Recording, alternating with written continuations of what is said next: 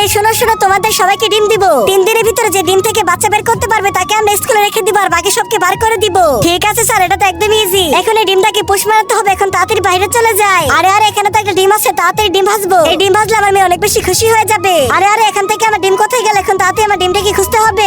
তাড়াতাড়ি ডিমটাকে ভাজতে হবে। আয় হাই রে, আমার ডিমটা আমি পেয়ে গেছি, আল্লাহর রহমতে বেঁচে গেছে। লা লা লা। আরে এখন তো বৃষ্টি এসে পড়েছে, এখন তাড়াতাড়ি বাড়ির দিকে যেতে হবে। এই তো আমি এসে পড়ছি, আমার ডিমটা তো ভালোই আছে গো। লা লা লা লা লা লা। আরে দেখ বান্ধবী, আমাদের এখান থেকে তো বাচ্চা বের হয়ে গেছে, কিন্তু বিপাশা ডিম থেকে তো বাচ্চা বের হয়নি। কিন্তু তার আগে বন্ধুরা, হিন্দুরা নাকি বলে তারা শ্রেষ্ঠ। আজকে দেখবো এই আল্লাহর ছবিটির জন্য ভিডিও থেকে লাইক এবং চ্যানেলকে সাবস্ক্রাইব করো। যদি তোমরা লাইক সাবস্ক্রাইব না করো তাহলে আজকে হিন্দু মানুষেরা জিতে যাবে। তাই লাইক সাবস্ক্রাইব করে তোমার কমেন্টে নাম লিখে যাও, ইনশাআল্লাহ মুসলিম জিতবে। তার স্যার দেখেন, আমাদের ডিম থেকে তো বাচ্চা বের হয়ে গেছে। আরে স্যার আর বললেন না, আমার এখান থেকে তো ডিম বের হয়নি।